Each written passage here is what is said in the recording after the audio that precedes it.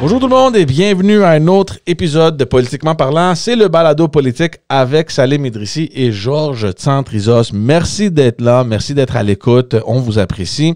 Je sais qu'on le dit à chaque épisode, au début puis à la fin de chaque épisode, mais cette fois-ci, vraiment, on veut vous remercier parce que... mais premièrement, Salim, ça va bien? Ouais, ça va bien, ça va bien. Good, good. Je suis tellement excité de remercier les gens qui nous écoutent, qui nous regardent, parce que, puis je vais partager l'information avec toi, à la fin du mois de novembre, Spotify, il sort toujours une sorte de statistiques, des résultats, non seulement pour les gens qui écoutent Spotify, comme les usagers, mais aussi du côté des créateurs de contenu comme nous autres. Je ne sais pas si Apple le fait. Je sais que ça fait des années maintenant que Spotify partage ces informations-là. Et ça nous montre dans le fond... comment ça va le podcast, le nombre d'abonnés, le nombre de partages, les gens qui nous écoutent, des pourcentages, franchement, de toutes sortes, là. Et en tout cas, ça va très bien. Ça va super bien. Je t'ai envoyé certaines affaires aussi. Moi, je t'avoue, Salim, que j'ai coulé mon cours de stats au cégep. Là, donc, je suis jamais bon. Quand je vois des pourcentages qui rentrent, ça me prend un peu plus de minutes que la moyenne de comprendre un peu ce qui se passe. Mais à ma compréhension, ça va super, super bien. Puis, évidemment, on a tout le monde qui nous écoute et qui nous regarde à remercier parce que, évidemment, sans eux, ça serait pas la même chose. Tu sais, ça serait juste moi puis toi en train de parler. Puis on peut faire ça quand on veut. Je peux prendre le téléphone puis t'appeler quand je veux. Puis on peut discuter de tout ce qu'on veut pendant 1-2 heures, whatever. Donc, le projet qu'on a commencé, on l'a commencé justement pour partager le contenu puis l'information puis tout ce qu'on a puis tout ce qu'on écoute dans l'atmosphère, dans l'écosystème politique québécois puis canadien. Puis, on est très content que, on ne parle pas juste moi puis toi. Il y a des centaines de gens qui nous écoutent et ça fait du bien. Ça fait du bien de voir qu'il y a les gens qui réagissent à ce qu'on est en train de faire. Alors, George, non seulement les personnes nous écoutent, mais en plus nous regardent. Puis en plus, avec les nouvelles caméras que tu viens d'installer, qui sont beaucoup plus performantes qu'elles ne l'étaient, on voit toutes les imperfections qu'il y a sur mon visage. Donc, je te remercie. C'est ça, justement, j'ai oublié de porter ma casquette. T'es pas le seul.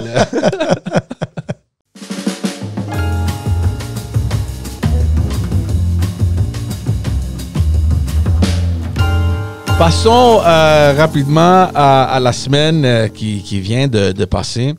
On va parler un peu, on va toucher un peu de le Québec, on va toucher un peu Ottawa.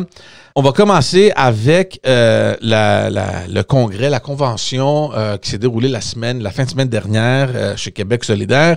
Un moment tant attendu parce que justement, durant cette convention-là, ce congrès de leurs membres, ils élisaient la nouvelle co-porte-parole.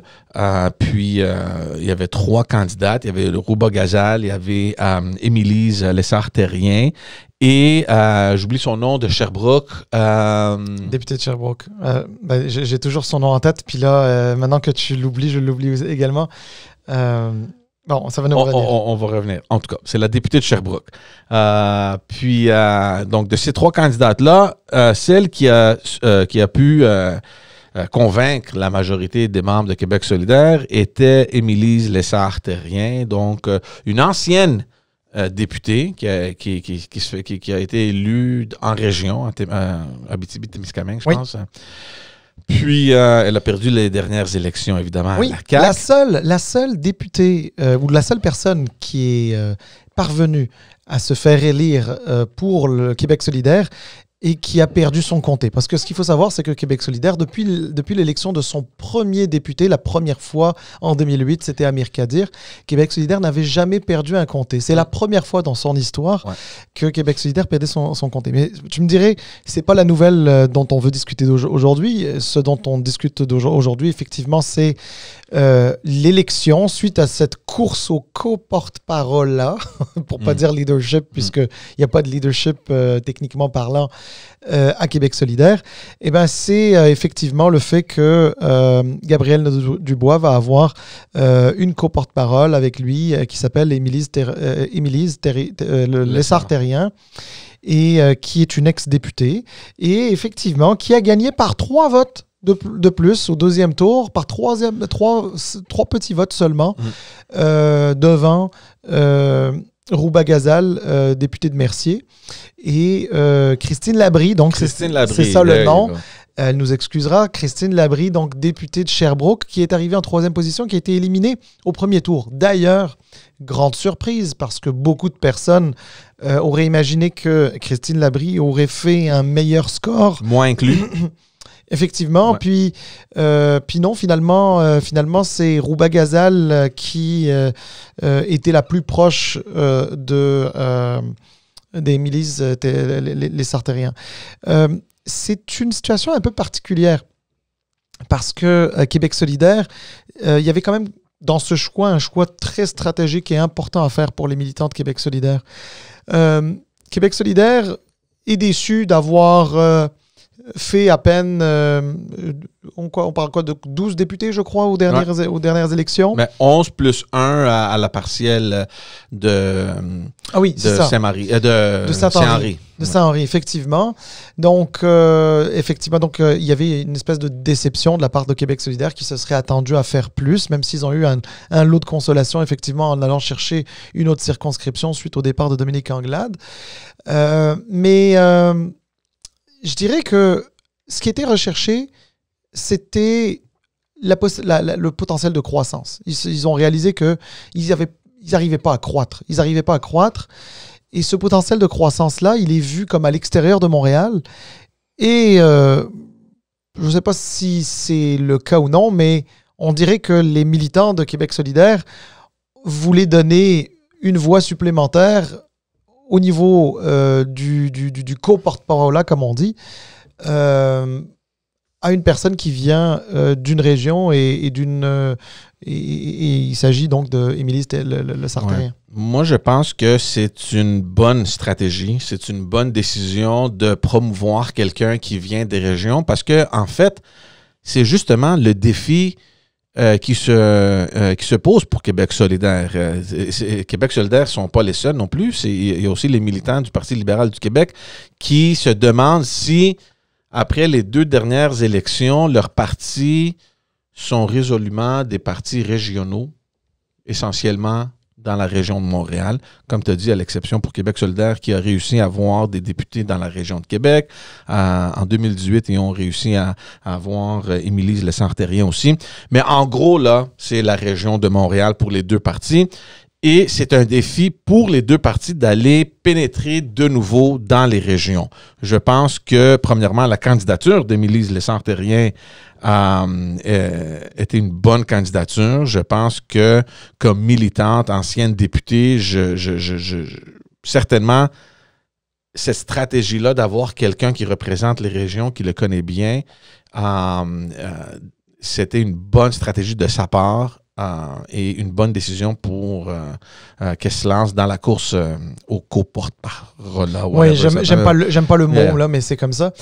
Puis, c'est ça, elle a gagné. Donc, maintenant, à compter, à partir de maintenant, qu'arrivera-t-il? C'est sûr que moi, je ne sais pas la stratégie de Québec solidaire, j'imagine qu'elle sera la personne terrain.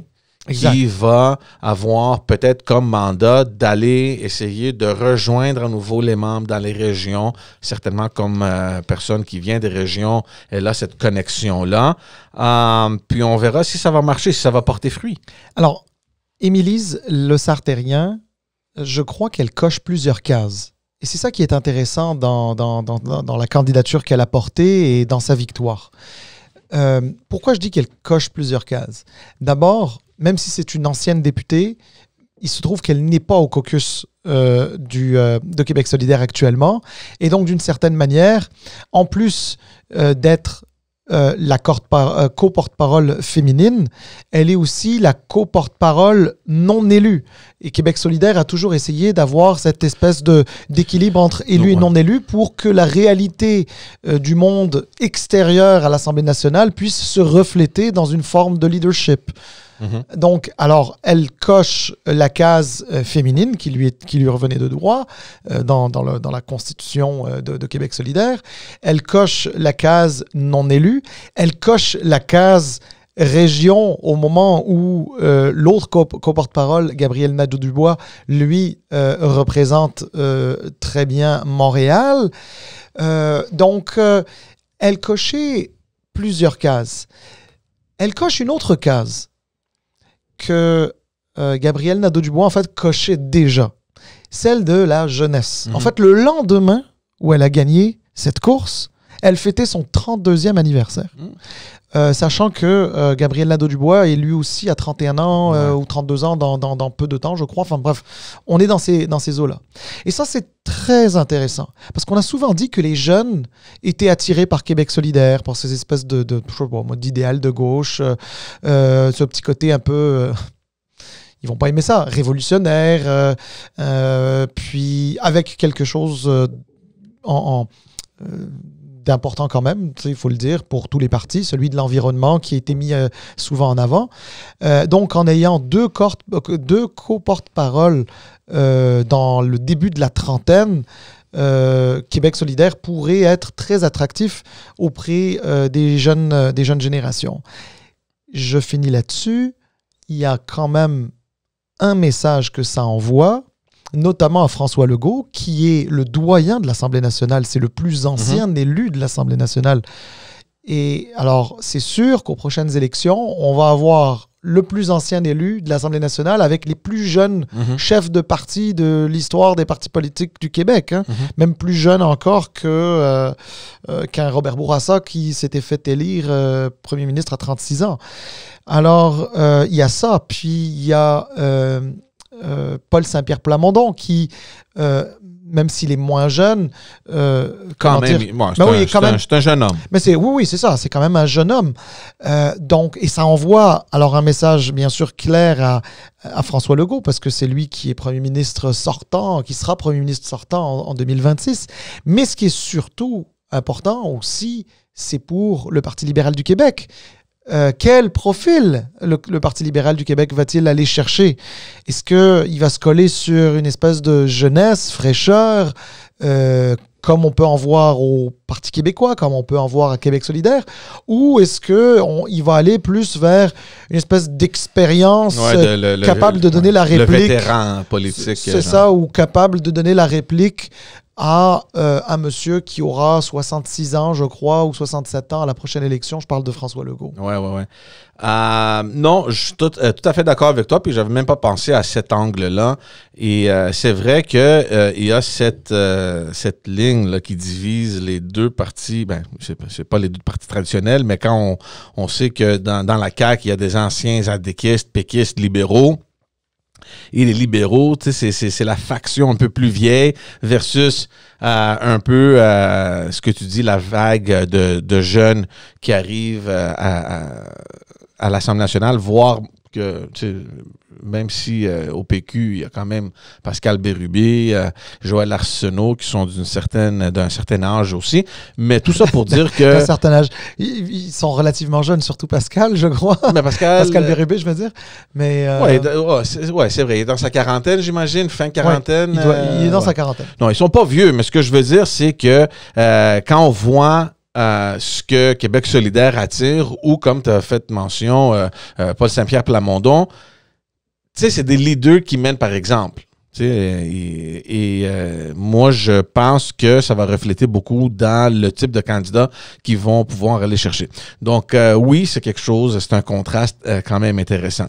L'autre chose très intéressante qui est sortie de ce congrès-là durant la fin de semaine dernière, et c'est justement ça qu'on va parler un peu plus maintenant, c'est cette résolution qui a été débattue et adoptée de mettre en priorité comme candidat juste des femmes ou des personnes non-binaires dans les prochaines élections partielles.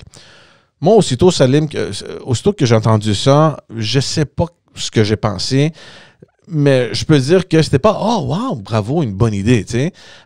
C'était vraiment pas ça. C'était loin de ça. Je me demandais, mais coudonc, c'est quoi cette affaire-là? Est-ce que, premièrement, ça contrevient aux droits de la personne? Est-ce que le parti, tu sais, Québec solidaire, qui était un parti toujours qui prônait cette air de nous, on veut représenter tout le monde. Puis, tu sais, il voulait jouer le rôle de ce parti qui défendra toujours les droits, les droits des électeurs, les droits et les libertés des gens.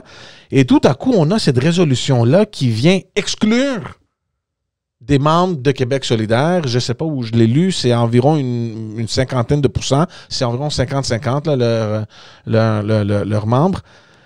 Donc là, on vient dire aux hommes, regarde, vous allez passer en deuxième place là, parce que nous, on veut prioriser des femmes.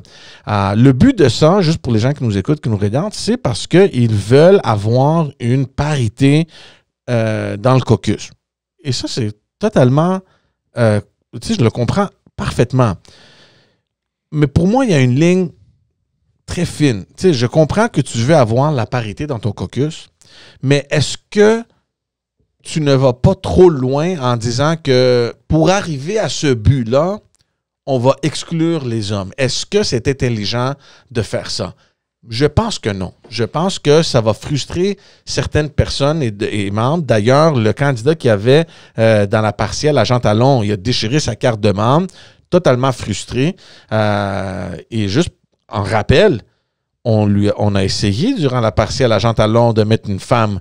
Puis lui, il l'a contesté, il a fait son assemblée, puis il a gagné de façon démocratique, puis bravo pour lui. Et ben, c'est ce même candidat-là, ancien candidat, qui a dit, regarde, moi, c'est fini là, avec Québec solidaire, là, ces affaires-là, ça n'a pas de sens. Et je suis d'accord avec lui.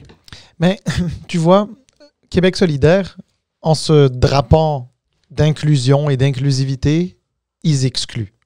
C'est ça le problème.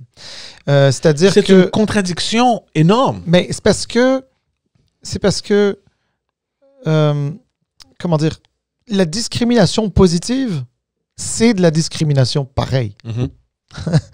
Et je pense que promouvoir le monde politique et les postes politiques, y compris ceux de candidature dans des élections d'une manière générale et les élections partielles en particulier, d'essayer de promouvoir ça au genre le moins représenté, là en l'occurrence au genre féminin, ou aux personnes non binaires, c'est comme le requiert Québec solidaire.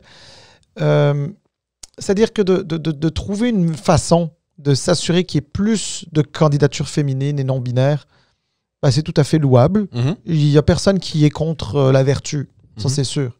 Cela dit, discriminer, c'est pas bon. Point. Discriminer. Ouais. C'est pas discriminer un homme, c'est moins pire que de discriminer une femme, ou discriminer une femme, c'est moins pire que de discriminer un homme. Non. Discriminer, c'est pas bien. Point. Et on est dans un contexte démocratique, puis en plus, Québec solidaire, c'est toujours dit être une formation politique démocratique, même qui disait qu'ils étaient les plus démocrates dans leur façon de faire. Mais je m'excuse, comment va prendre un homme le fait d'être écarté purement et simplement, directement, automatiquement, simplement par le fait d'être un homme? Il va ressentir la même chose qui arrive à des milliers de femmes, injustement, d'être mises de côté pour le simple fait d'être femme. Donc, c'est pénible de l'entendre pour les femmes, effectivement. Puis il y a un réel problème, on s'entend, là, où il n'y a pas de de parité, où il n'y a pas d'assez de représentativité. Enfin, en tout cas, les femmes ne sont pas assez représentées sur bien des affaires, les conseils d'administration, les hautes directions d'entreprise, dans plusieurs organisations. C'est vrai. Puis il faut promouvoir ça. Et d'ailleurs, il y a quand même eu des améliorations notables. Mais on ne fait pas la promotion de candidatures féminines en disant à toutes les candidatures masculines, quelle que soit la bonne volonté, quel que soit ce qu'elles peuvent apporter, etc. Non, vous ne pouvez même pas prétendre à y être. Ouais. Perdre, ils pourraient perdre dans une investiture. C'est bien correct. T'sais.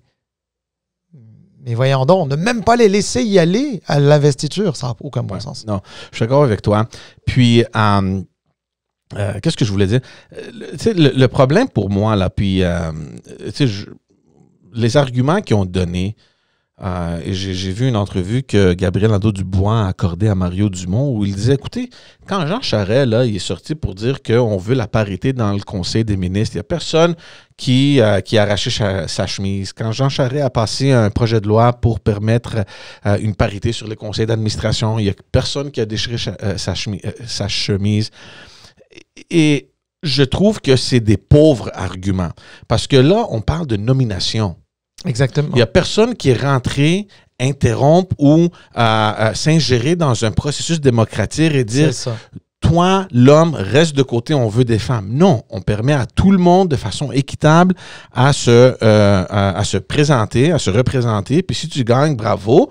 Là, on a une équipe en place. Qu'est-ce qu'on fait? Puis c'est une décision plutôt administrative, entre guillemets, qui est réservée à quelques individus au parti, de sélectionner les personnes qui vont composer le Conseil des ministres. Puis ça, c'est une décision pure et simple qui appartient au premier ministre ou au chef de parti pour leurs officiers parlementaires, puis etc.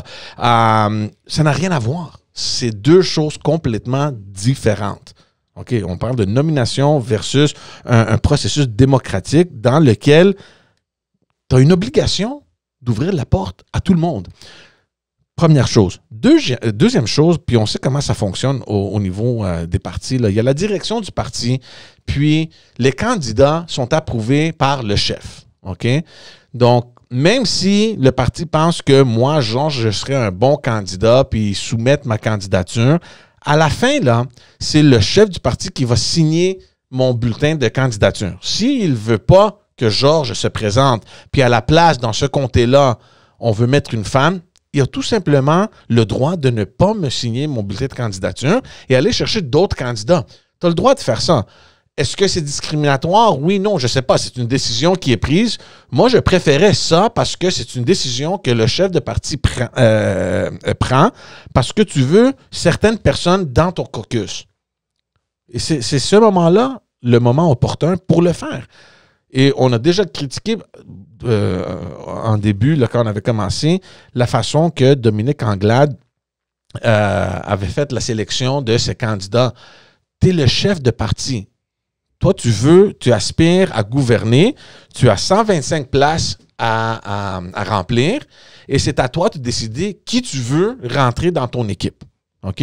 Donc, si tu veux être premier ministre et tu ne peux pas aller chercher 125 personnes qui ont la capacité de promouvoir tes idées, ton idéologie, puis mener ton plan d'action pour les 2 ou 4 prochaines années, bien peut-être tu ne devrais pas être premier ministre. Tu comprends? Donc, moi, les investitures, là, puis on l'a déjà, on le répétera pas, mais on l'a déjà dit, je suis pas 100% contre, mais je pense que c'est une perte de temps. C'est une perte de temps pour moi. Je comprends l'aspect démocratique puis tout, mais tu es en politique, tu es en train de composer une équipe, va choisir les gens que tu veux. OK? Puis là, si tu veux choisir des hommes, choisis des hommes. Si tu veux choisir des femmes, choisis des femmes. Moi, c'est là, au point de cette décision-là, où tu dois choisir les hommes, les femmes, choisir une équipe paritaire, fais ce que tu veux. Mais de dire à tes membres, garde, restez chez vous, on choisit juste des femmes, puis that's it, that's all, moi, je suis tellement sûr que s'il y a quelqu'un qui conteste cette décision-là, ça passe pas. Au niveau, je suis pas avocat, là, mais au niveau des droits de la personne, là, c'est discriminatoire. Un argument que je dois accorder, par exemple, à Gabriel Nadeau-Dubois, c'est que c'est juste pour les élections partielles. Puis, il a raison qu'à partir de maintenant, jusqu'aux prochaines élections générales, combien de partiels est-ce qu'on va avoir? 1, 2, peut-être 3, max 4, pas plus. Donc, est-ce que c'est vraiment un problème dans les 2, 3 ou 4 prochaines élections partielles que, comme parti, on sélectionne des femmes? Non. Puis, il a raison. Oui, OK, sélectionne des femmes. Mais pourquoi rentrer dans le processus de passer une résolution qui exclut? Comme parti, et c'est pour ça que j'ai dit ce que j'avais dit, puis je sais que je prends beaucoup de temps là, mais si oui, effectivement, tu as 1, 2, 3 ou 4 partiels, bien, comme parti, sélectionne des femmes, that's all. Pourquoi l'amener, faire une résolution, puis bâtir un mur et dire, regarde, les hommes, là, on n'a pas besoin de vous là, pour les partiels, merci, ciao. Fais pas ça. Prends la décision comme parti, mais passe pas une résolution. Je trouve que c'est tellement ridicule, cette affaire-là. Je sais pas quoi d'autre dire, là. Ben oui. De toute évidence, toi non plus.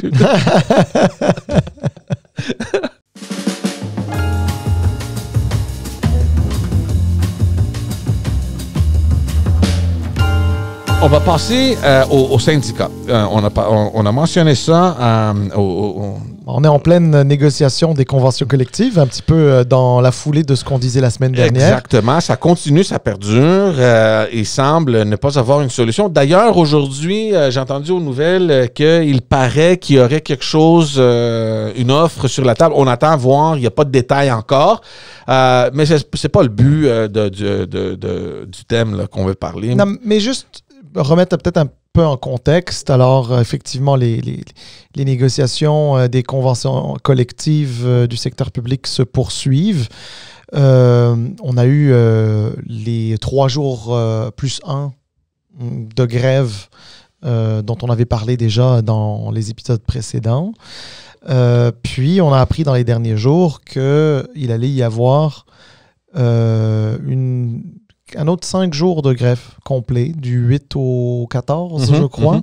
Donc, 5 jours ouvrables de grève qui sont annoncés. Et donc, c'est dans ce contexte-là que nous avons appris quelque chose d'assez particulier. Ouais, exact. C'est ça. En plein milieu des grèves, on parle de milliers de personnes dans les rues en train de manger le froid dans le visage. On apprend que la présidente, c'est de la FTQ. De la FTQ. Le plus gros syndicat au Québec. Exactement.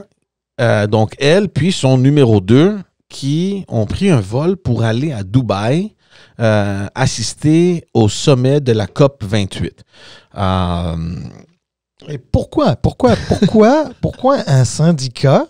Pourquoi un syndicat irait à la COP 28? C'est quoi le but? C'est quoi le but de l'existence d'un syndicat? Ben, c'est la première question que moi j'avais, mais j'ai entendu la présidente, donc Magali Picard, qui expliquait que comme syndicat, il y avait un mandat de faire des représentations dans les congrès ou les conventions, soit locales, nationales ou internationales, qui font affaire avec la protection de l'environnement. Puis d'ailleurs, d'après ce qu'elle dit, c'est pas les seuls syndicats qui sont là. Il y a des syndicats, des syndicats de partout dans le monde qui envoient des délégations. Ça, je le comprends. Je suis prêt à le comprendre. Là. Regarde, si les syndicats s'invitent dans ces rencontres-là puis veulent faire partie de ces décisions-là, bravo, il n'y a pas de problème. OK? La question qui lui a fait mal à Mme Picard, c'est est-ce que maintenant, en ce moment-là, c'était le moment opportun pour que tu embarques dans un vol et que tu t'en ailles à Dubaï, durant possiblement une des plus grandes négociations de vos syndicats. Est-ce que c'était peut-être plus prudent de peut-être passer ton tour ou envoyer quelqu'un d'autre. Et je suis d'accord avec ça. Je pense que c'est une mauvaise décision de sa part. Ben, écoute, je comprends que l'environnement, ça touche tout le monde. Je comprends que l'environnement, c'est aussi l'affaire des travailleurs qui sont représentés par des syndicats. C'est tout à fait normal. On est tous touchés par ça. Puis toutes les parties prenantes d'une société devraient être effectivement concernées par les changements climatiques et comment y contribuer. Cela dit, moi ce que je dis, c'est que il ne faut pas confondre ces objectifs primaires avec ces objectifs secondaires et tertiaires. Donc, l'objectif numéro 1 d'un syndicat, sa raison d'être, c'est de représenter les travailleuses et les travailleurs et de défendre leurs intérêts face à un patron. T'sais? Donc, c'est exactement ça le but. Donc, entre la négociation de conventions collectives du secteur public, qui sont effectivement les plus difficiles ou les plus complexes depuis un certain nombre de décennies même, et d'aller faire un travail de représentation et de rencontre dans le cadre de la COP28 à Dubaï, ben moi, il me semble que ta raison d'être, ta raison primaire doit l'emporter sur ta raison secondaire ou tertiaire. Ouais. Et c'est d'abord ça que Madame Picard, Magali Picard, n'a pas compris. Elle est partie à Dubaï, elle a à peine eu le temps d'arriver qu'elle a dû repartir pour revenir à cause du tollé que ça a fait, du tollé médiatique que ça a fait, oui. Mais aussi à l'intérieur de ses membres qui étaient effectivement fâchés. Fâchés du fait qu'elle ne soit pas là et fâchés de la perception que ça envoie. Exact. La perception, c'est que j'ai des choses plus importantes à faire. De toutes les manières, c'est pas moi qui négocie, c'est pas moi qui suis aux tables. Puis je peux me connecter via Teams ou Zoom pour savoir ce qu'il en est, puis donner mes orientations, etc. Malgré le fait qu'il y a un décalage horaire de, je sais pas moi, 7-8 heures, ouais. 9 heures. Malgré le fait que... Bon, oui, c'est ça, on est plus dans le 9-10 heures, en fait, de décalage horaire. Sachant que c'est pas comme si elle pouvait reprendre un avion et être 50 minutes plus tard. Là. Elle n'est pas à Toronto, à New York. Là. Ouais. Elle est à Dubaï. Là, c'est l'autre bout de la planète. Puis, écoute, Madame Picard, elle a fait aussi une erreur grossière. Puis ça, à la limite, j'ai envie de dire, elle n'est pas la seule à faire cette erreur-là. Mais, en fait, c'est quoi cette erreur-là? C'est de confondre deux choses. De confondre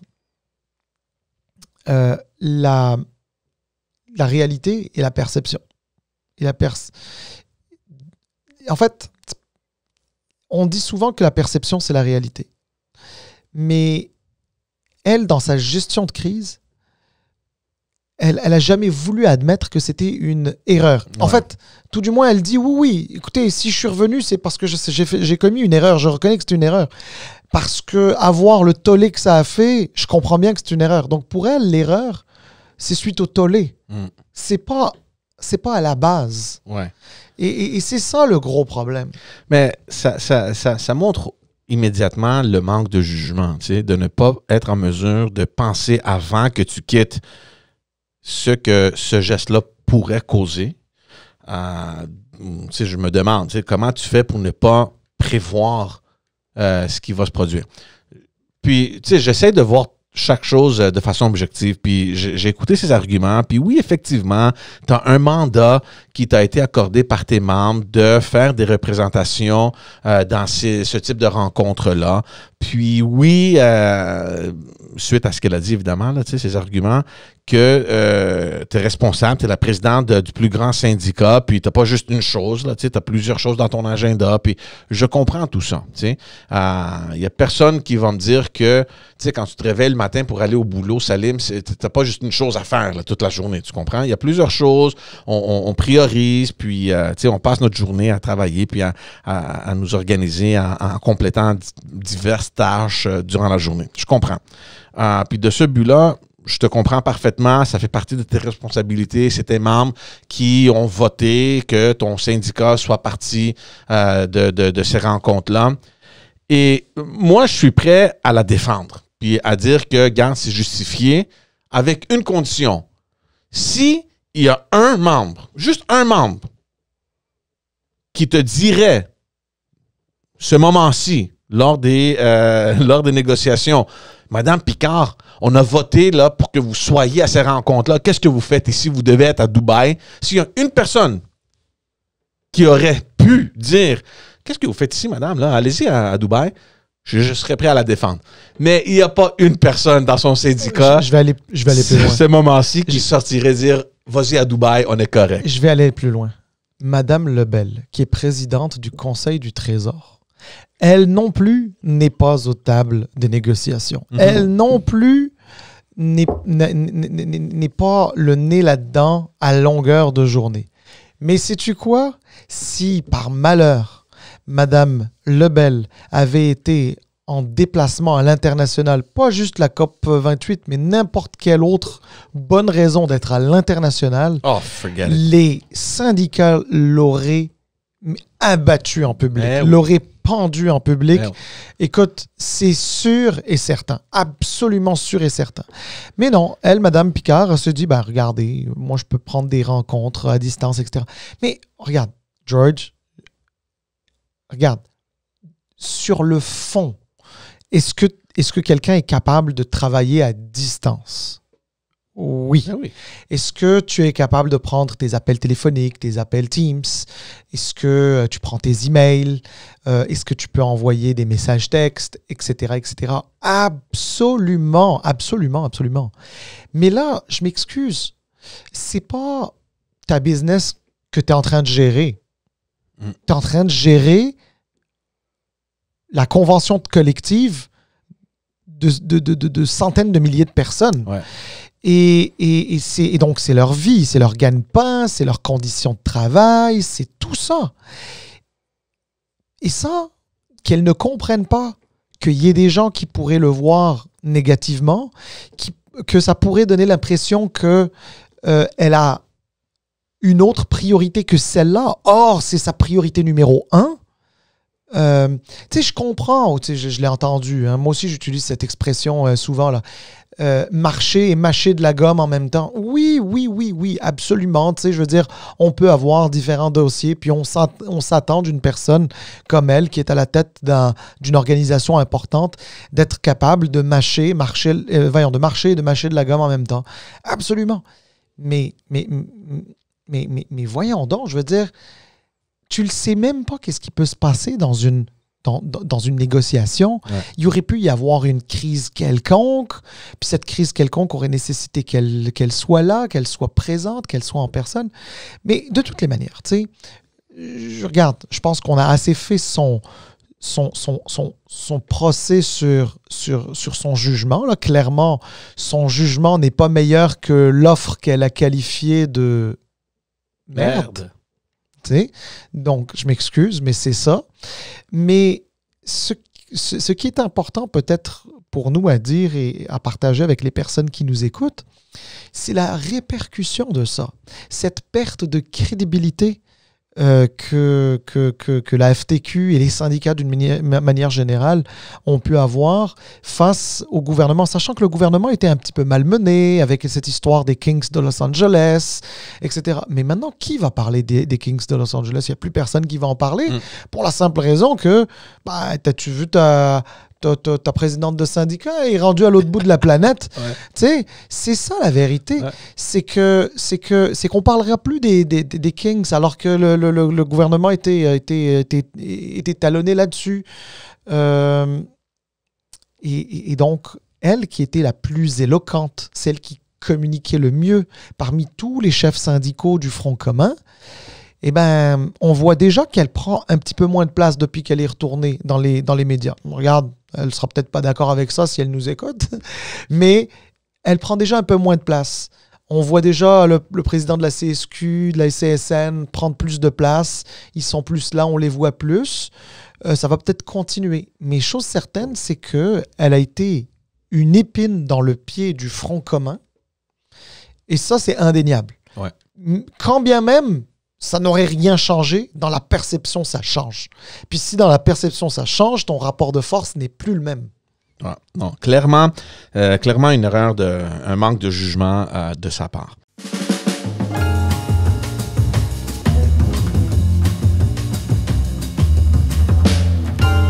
On va aller maintenant au fédéral très rapidement, puis on va terminer là-dessus parce que ça fait plusieurs épisodes maintenant qu'on parle un peu du déclin de Justin Trudeau et des libéraux au fédéral. Et on se demandait, est-ce que c'est possible de renverser cette tendance-là? Il y a une énorme avance que les conservateurs ont pris à Ottawa. Il y a une visibilité énorme que bénéficie le chef du Parti conservateur, Pierre Poilievre. Et cette semaine, pour ajouter à ça, il y a un sondage Nanos qui sort qui détruit complètement le Parti libéral de Justin Trudeau partout au Canada, à l'exception du Québec. Puis, évidemment, il y a une explication là-dedans parce qu'on n'oublie pas qu'au Québec, il y a le Bloc québécois qui divise un peu le vote. Donc, à mon sens, à moi, c'est peut-être aussi la raison que le Parti libéral du Canada demeure un peu en avance. Mais en général, Salim, ça va vraiment mal pour Justin Trudeau. Dans toutes les provinces, il est perdant. Et pas d'un tout petit peu, là. Il est perdant de beaucoup. Et le Parti conservateur, je pense, est en avance de 19 points. Et même... ouais, c'est ça. Le seul avantage là, de Justin Trudeau, c'est que dans les votes pour le meilleur premier ministre, il devance Singh. C'est ça. C'est le seul point. Parce que dans les intentions de vote en général, ils sont à égalité avec le NPD à 22%. Les conservateurs sont à 41%. Ça va vraiment mal. Ça va vraiment mal. Puis, on va revenir parce qu'il y a d'autres choses qui sont arrivées. Je ne comprends pas la stratégie qu'ils vont utiliser. Mais après ce sondage-là, parce qu'on a déjà discuté, est-ce qu'on peut renverser? Qu'est-ce qui arrivera dans les prochains mois ou années à suivre pour le Parti libéral du Canada? C'est difficile à dire. Une chose certaine, c'est que les conservateurs, maintenant, they're flying high, comme on dit. Bon, écoute, regarde, les chiffres sont têtus. Je comprends que ce sont juste des sondages d'opinion, donc c'est pas un vrai vote, mais on voit une tendance claire de se dessiner, surtout depuis l'été, même avant, mais surtout depuis l'été. Donc, on ne peut pas nier ça. Puis quand cette tendance se cristallise, ben, souvent, il peut y avoir des conséquences pour le parti au pouvoir rendu aux élections. Bon, cela dit, c'est toujours difficile de répondre à la question que tu poses, c'est-à-dire, y a-t-il moyen de renverser cette tendance ou est-ce que les jeux sont faits, c'est terminé pour les libéraux de M. Trudeau? C'est très difficile de répondre parce que, d'abord, la politique, c'est pas une science exacte. Mm-hmm. On ne sait jamais ce qui peut se passer. Pas juste ce qui peut se passer dans l'isoloir, mais qu'est-ce qui peut se passer qui pourrait soit freiner cette montée des conservateurs ou qui pourrait redonner un certain espoir, effectivement, aux libéraux. Donc, tu sais, moi, je veux juste rappeler une chose. Attends. Avant que je rappelle une chose, je veux juste que tu comprennes que je vois les choses comme toi, tu les vois. Hein. C'est les mêmes chiffres qu'on regarde. Fait que, tu sais, je veux dire, je suis pas en train d'inventer quoi que ce soit. Moi, j'essaye juste de voir un coup de plus ou un coup d'avance en me disant juste une chose. les conservateurs sont très haut dans les sondages. Mais ils sont très hauts dans les sondages, mais on ne sait pas quand va avoir lieu la prochaine campagne électorale. Est-ce qu'elle va avoir lieu le printemps prochain? Est-ce qu'elle va avoir lieu l'année prochaine en même temps que les élections américaines? Est-ce que ça va être le printemps d'après ou le début d'automne d'après qui serait la fin officielle de la législature actuelle?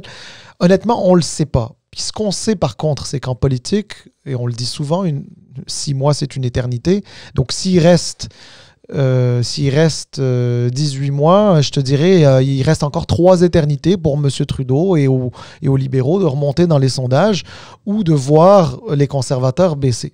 D'ailleurs, quand tu es très haut dans les sondages, attention, les médias commencent aussi à te regarder, même si tu es l'opposition. Commencent à te regarder, commencent à te scruter, à voir qu'est-ce que tu fais, de bien, de pas bien, qu'est-ce que tu dis, qu'est-ce que tu dis pas, qu'est-ce que tu caches, qu'est-ce que tu caches pas.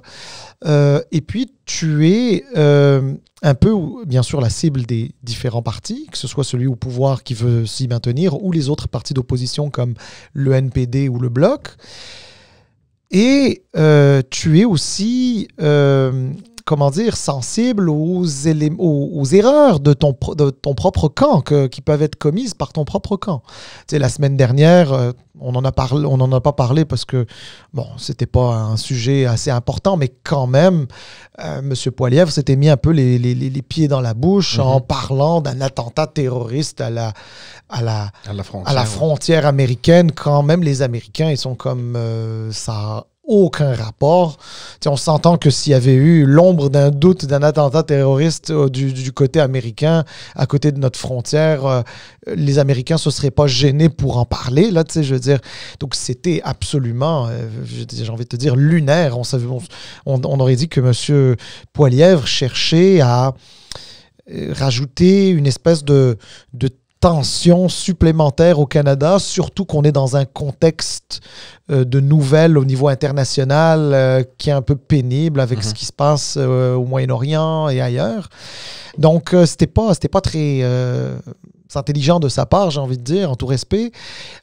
Puis, pas plus tard que hier ou avant-hier, une députée ontarienne, albertaine, conservatrice, qui demandait à une ministre libérale... Mme Saint-Onge, oui. À Mme Saint-Onge, une ministre donc, du Québec, libérale, mais élue du Québec, de lui répondre en anglais, pas en français. Bon, on a compris qu'il y avait un espèce de petit jeu parlementaire, mais il reste que c'est pas le genre de demande qu'on fait. Puis, est-ce que les conservateurs ont véritablement besoin de ça au Québec? Je suis pas sûr. Surtout quand tu sais que le Bloc est là et puis qu'il peut se saisir de ça. Donc, bref. Alors, en tout cas, tout ça pour dire que beaucoup de choses peuvent se passer. Maintenant, de là à te dire que ça va renverser la tendance, que ça va sauver le gouvernement en place... je ne suis pas devin, j'ai pas de boule de cristal, je suis pas capable de répondre à ça. Mais de nature, je suis un peu comme ça. Quand je regarde les choses, j'ai tendance à être un peu prudent parce que on ne sait jamais. On ne peut jamais savoir qu'est-ce qui peut se passer. Et beaucoup de choses peuvent se passer d'ici aux prochaines élections. Moi, ce que j'ai envie de te dire, parce que, et je le vois, puis je ne suis pas le seul non plus, peut-être un peu après cet été, parce que t'es juste à mentionner que, tu as raison de mentionner que depuis l'été, on voit cette montée-là du Parti conservateur, puis on se demandait, coudonc, là, les libéraux sont où, là? Ils dorment-tu? Il y a aucune publicité, il n'y a rien qu'ils font. Ils laissent tout le terrain libre aux conservateurs, puis ça les a aidés sûrement cette année-là à au moins commencer cette tendance-là. Puis, on a parlé un peu aux épisodes précédents, est-ce qu'il y a une stratégie des libéraux? Et ce que moi, personnellement, j'ai remarqué, et encore là, je ne suis pas le seul, on le voit un peu partout, c'est cette tendance-là des députés libéraux, puis toute ce clan libéral-là, de peinturer les conservateurs comme des extrémistes et de gens qui prennent une page du livre de Trump, far-right extremist politics, Trump-like policies. Est-ce que c'est ça qu'on veut au Canada? C'est ça les conservateurs? Puis est-ce que c'est ça? Puis on est en train de les peinturer un peu de cette façon-là, de faire le contraste de ce qu'on a vu aux États-Unis, comme si c'était un régime nazi ou je sais pas trop quoi. Là, moi, l'utilisation de ces termes-là, là, far-right ou extremism, j'ai l'impression qu'on a oublié c'est quoi être un extrémiste, puis la place qu'ils ont eue dans une histoire quand même assez récente, là, tu comprends? Et j'ai un problème avec ça. Ouais. Et on l'a vu, on va pas rentrer en détail, mais il y a un député libéral, je pense, de la Colombie-Britannique qui a fait un tweet suite à un meurtre au Manitoba de 3 personnes, puis est parti dans une affaire où il a comparé le meurtre. Il a lié le meurtre avec ce discours-là, justement, des conservateurs. Et est-ce que ce meurtre-là pourrait être lié à cette idéologie-là, blablabla. Puis il a dit que Pierre Poilievre, c'est le creep qui essaie de nous mettre ces idéologies-là des États-Unis. Moi, ça m'a dérangé beaucoup, là. Oui, non, mais je suis d'accord avec toi. Je suis d'accord avec toi. À un moment donné, il y a des amalgames qui sont grotesques et qu'il faut éviter de faire. Mais malheureusement, la nature de la politique, c'est souvent d'essayer de définir l'adversaire avant qu'il ne vous définisse. Ouais. Et dans ce jeu-là, les conservateurs de Stephen Harper à l'époque étaient très bons à ça. D'ailleurs, tu demanderas à Stéphane Dion et à Michael Ignatieff comment les conservateurs avaient été aussi excellents à les définir et à détruire leur carrière politique. Ouais. Aujourd'hui, c'est l'inverse. Depuis quelques années, c'est l'inverse. Les libéraux sont bons à le faire avec les conservateurs. Mais George, je veux juste te dire une affaire, c'est-à-dire que les conservateurs, parfois, la nature de ce parti-là, qui est une espèce d'énorme coalition, mais tu sais, qu'est-ce qui se passe avec les énormes coalitions? C'est que tu commences à avoir des gens qui viennent d'un peu partout, puis ils se disent conservatisme, mais ils ne sont pas conservateurs pour toujours les mêmes raisons, tu sais. Ouais. Et donc, par exemple, quand leurs adversaires essayent de les dépeindre comme des extrémistes, ils n'ont pas besoin d'arriver jusqu'au meurtres et aux exactions qu'on pouvait voir en Europe dans le siècle dernier, au début du siècle dernier, ou des choses comme ça, là, tu sais, de l'espèce d'extrémisme de droite, Non, en fait, pour eux autres, là, simplement, de vouloir ramener, de devoir retourner ou de faire ramener en arrière le Canada sur la question de l'avortement, pour beaucoup de gens, c'est de l'extrême. Mm-hmm. C'est de l'extrémisme. Pour des gens, le droit de port d'armes, qui ne sont pas des armes de chasse, là, mais des armes, des armes de guerre, là, mm-hmm. Quasiment, là, des trucs automatiques et autres, etc. Il y a des gens, ils voient ça comme étant extrémistes. Ils se disent, George et Salim, ils n'ont pas besoin de ce genre d'armes-là. Pourquoi se balader avec ces armes-là au Canada? C'est pas ton fusil de chasse, là. Ça, on parle d'autre chose. Ouais. Y a des gens qui te disent que, je sais pas moi... des politiques comme congédier le président de la Banque centrale canadienne, c'est extrême. Alors, l'extrême, chaque personne le voit d'une certaine manière, là, mais aujourd'hui, les politiciens ont tous compris une chose, c'est que les Canadiens étaient au centre. Mais au lieu de proposer une politique de centre, ils campent à droite ou à gauche, puis ils essayent d'attirer le vote du centre vers eux. Ce qui est dommage, parce qu'ils devraient plutôt aller se camper dans un centre où ils pourraient aller chercher le plus grand nombre de personnes. Et donc, forcément, c'est un jeu qui est joué de manière à essayer d'attirer du monde. Alors les libéraux vont dire que les conservateurs sont extrêmes sur l'environnement, par exemple, qui ne veulent pas reconnaître les changements climatiques, c'est extrême. Tu sais. Donc, c'est ça. Mais c'est différent, Salim, parce que... Oui, tu as raison, c'est un jeu politique qui se joue depuis des décennies. On essaie de définir les adversaires. Mais normalement, c'était toujours autour d'une idéologie politique et d'une position, soit partisane ou politique. Ça n'a jamais été aussi grand, à mon avis, grave là, de dire que l'autre, là, c'est un far-right, là, puis il est en train de nous amener des politiques des États-Unis comme si les États-Unis, c'est une dictature ou je sais pas trop quoi. Oui, on sait que la politique aux États-Unis ces jours-ci, c'est un peu fragile, mais de suggérer que on a des élus ici ou des membres du Parlement qui voudraient ce type de politique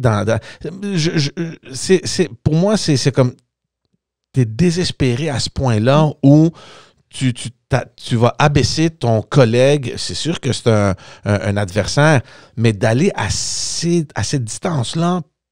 Et alors, non, mais regarde, je suis d'accord avec toi, c'est-à-dire dépeindre des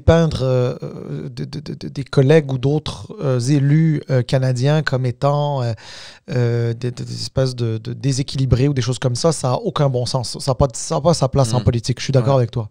Mais tu sais, par contre, il ne faut pas nier certains faits qui sont réels. Il y a une partie de la population au Canada qui n'écoute que la télévision américaine et qui, par conséquent, est convaincu que certains enjeux sociaux américains existent au Canada. Or, parfois, ils n'existent pas ou s'ils existent, c'est très minime. En tout cas, pas à la hauteur qu'on le voit au Canada. Et oui, il y a certains politiciens qui utilisent ça pour aller chercher cet électorat-là. Non, je comprends, mais je veux juste faire le lien avec ce que tu as dit avec Stephen Harper. T'sais, les élus là, sont souvent regardés comme l'exemple, tu comprends? Donc, si le chef d'un parti ou le chef d'un gouvernement agit d'une certaine façon, ben ça donne le droit aux gens de s'exprimer, de sortir toute cette poubelle-là de façon plus intensive. Stephen Harper n'a jamais critiqué Stéphane Dion ou Ignatieff d'être communiste ou d'être far left. Il attaquait sur peut-être des idéologies de son plan économique ou whatever. Mais écoute. Regarde, je sais que ça remonte à plusieurs années maintenant, là, plus de 10 ans, là, mais moi je me souviens de publicités négatives. Des publicités négatives à la télé, ce qu'on n'a pas vu dans les dernières années, mais des publicités négatives lancées par Stephen Harper et son parti à l'époque, qui présentaient même des images très peu flatteuses de Stéphane Dion, où il avait l'air d'être un demeuré à la télé, alors que, bon, tu sais... Oui, OK, ça c'est correct. Tu dis, je sais pas, mais je sais pas si c'est correct, parce que, tu sais, je veux dire, c'est pas correct. Non, oui, mais je veux dire, c'est qu'il a jamais dit, oh, Stéphane Dion, là, il est en train de nous amener, il veut importer des idéologies far left, communistes de la Chine. Oui, on a entendu des choses comme ça. Honnêtement, je me rappelle. Franchement, oui. Puis, honnêtement, là, j'ai un peu le mauvais rôle parce que j'ai comme l'impression que je suis en train de défendre les libéraux versus les conservateurs. Or, je n'ai pas de... Je suis orphelin. Je suis orphelin. Moi aussi, d'ailleurs. Au fédéral, je suis orphelin. Mais d'ailleurs, je vais être très honnête avec toi, la raison pour laquelle je suis orphelin, c'est parce qu'il y a des choses que je prendrais chez les conservateurs volontiers et des choses que je prendrais chez les libéraux volontiers. Ouais. Mais malheureusement, un tel parti n'existe pas. Mais si on devait parler, par exemple, des conservateurs, moi j'ai envie de dire, s'ils étaient clairs sur un certain nombre de sujets, je crois qu'ils se feraient élire sans aucune difficulté au Canada avec une très large majorité. Ouais. Donc, tu sais, il suffit d'être clair sur les intentions, sur les questions d'avortement, être clair sur le degré de tolérance de la circulation et le port d'armes au Canada. Il suffit de reconnaître les changements climatiques et d'y apporter une solution qui soit motivée par l'économie, c'est-à-dire trouver des moyens du marché comme la bourse du carbone et non pas des taxes, etc. Comme évidemment les conservateurs sont allergiques aux taxes. De trouver des moyens. Puis, dès que tu es clair sur 4-5 points, pas beaucoup là, on parle de 4-5 points. Mm-hmm. Tout le reste, il y a beaucoup de Canadiens qui vont se retrouver dans ce que le Parti conservateur offre. Et d'ailleurs, quand les Canadiens votent massivement pour le Parti conservateur, c'est rarement pour les éléments divisifs. Ils votent plus pour des éléments plus constructifs que ce parti-là peut offrir. Ouais. All right, tout le monde, on va mettre fin à l'épisode. Merci encore une fois de nous suivre, de nous regarder, d'écouter les épisodes. Encore une fois, les résultats qui ont sorti de Spotify nous ont encouragés et c'est grâce à vous. Donc, merci. Continuez à nous appuyer. Allez vous abonner sur notre chaîne YouTube. On est en train de grandir cette petite communauté-là depuis le début de ce projet-là. Sur les réseaux, sur toutes les plateformes audio, allez-y vous abonner, partagez, télécharger les épisodes. Ça aide l'algorithme. Je comprends vraiment pas comment ça fonctionne, mais apparemment, ça aide. Donc, continuez à vous engager dans le contenu qu'on vous offre. Et merci. Nous, ça nous encourage à continuer. C'est grâce à vous. Merci beaucoup et on se voit la semaine prochaine. Au plaisir, bye. Ciao.